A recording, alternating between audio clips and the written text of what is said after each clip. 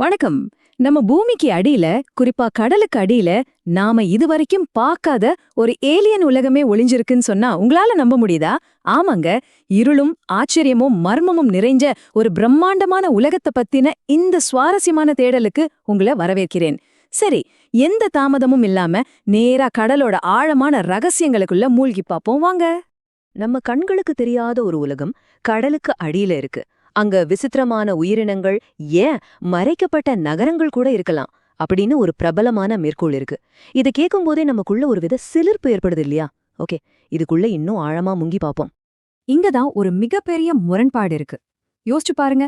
நாம விண்வெளிய பத்தி, நிலவ பத்தி, ஏன் செவ்வாய் கிரகத்தை பத்தி எல்லாம் ஏகப்பட்ட ஆராய்ச்சிகள் பண்ணியிருக்கோம்.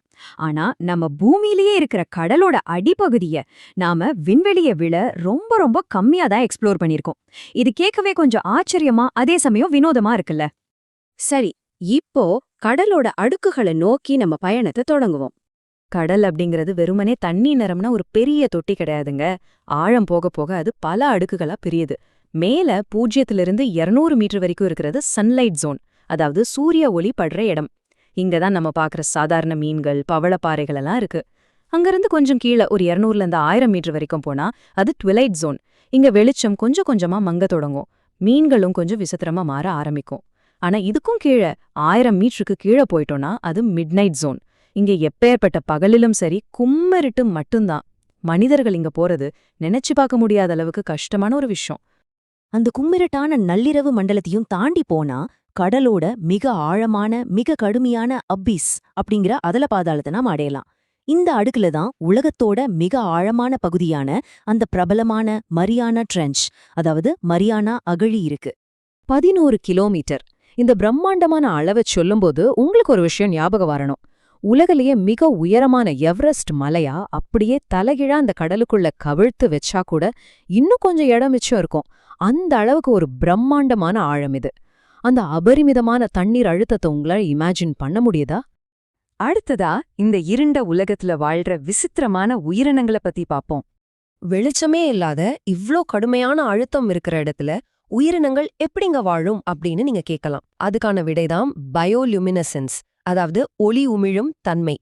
இந்த இருட்டுல வாழுற உயிரினங்கள் தங்களோட உடம்புல இருந்தே சொந்தமா ஒளிய உருவாக்கி அத வெளிய உமிழும் திறனை கொண்டிருக்கு.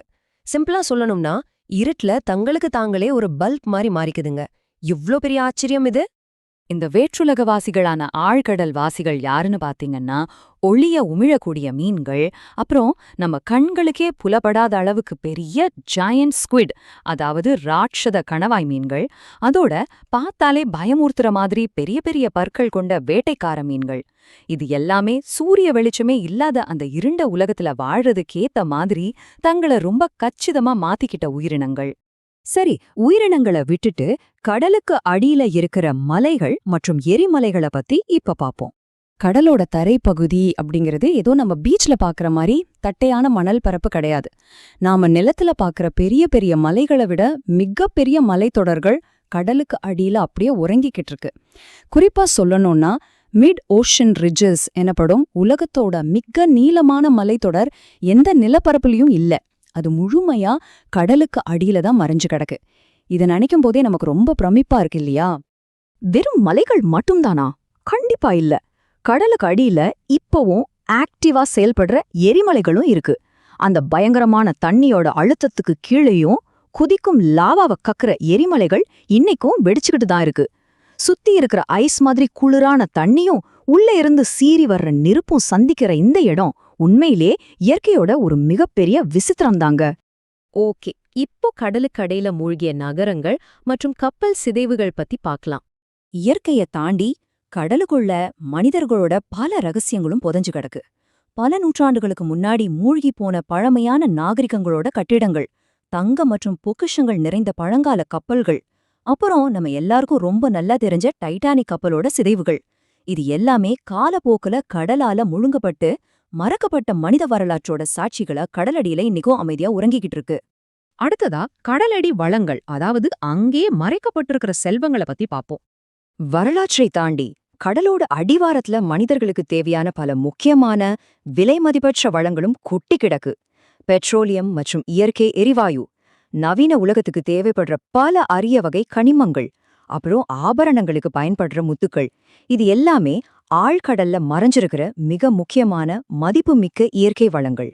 கடைசியா நாம பார்க்க போறது ஆராயப்படாத 80% பகுதி மற்றும் அதோட தெரியாத ரகசியங்கள்.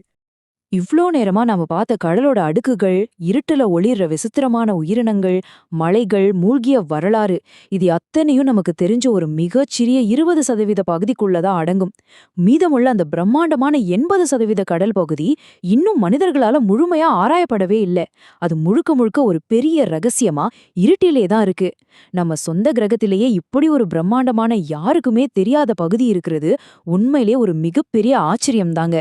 கடலுக்கடியில இருளும் ரகசியமும் அதிசயங்களும் நிறைஞ்ச ஒரு புது உலகமே இருக்கு. ஆனா நாம இன்னும் அதை முழுமையா புரிஞ்சுக்கவே இல்ல.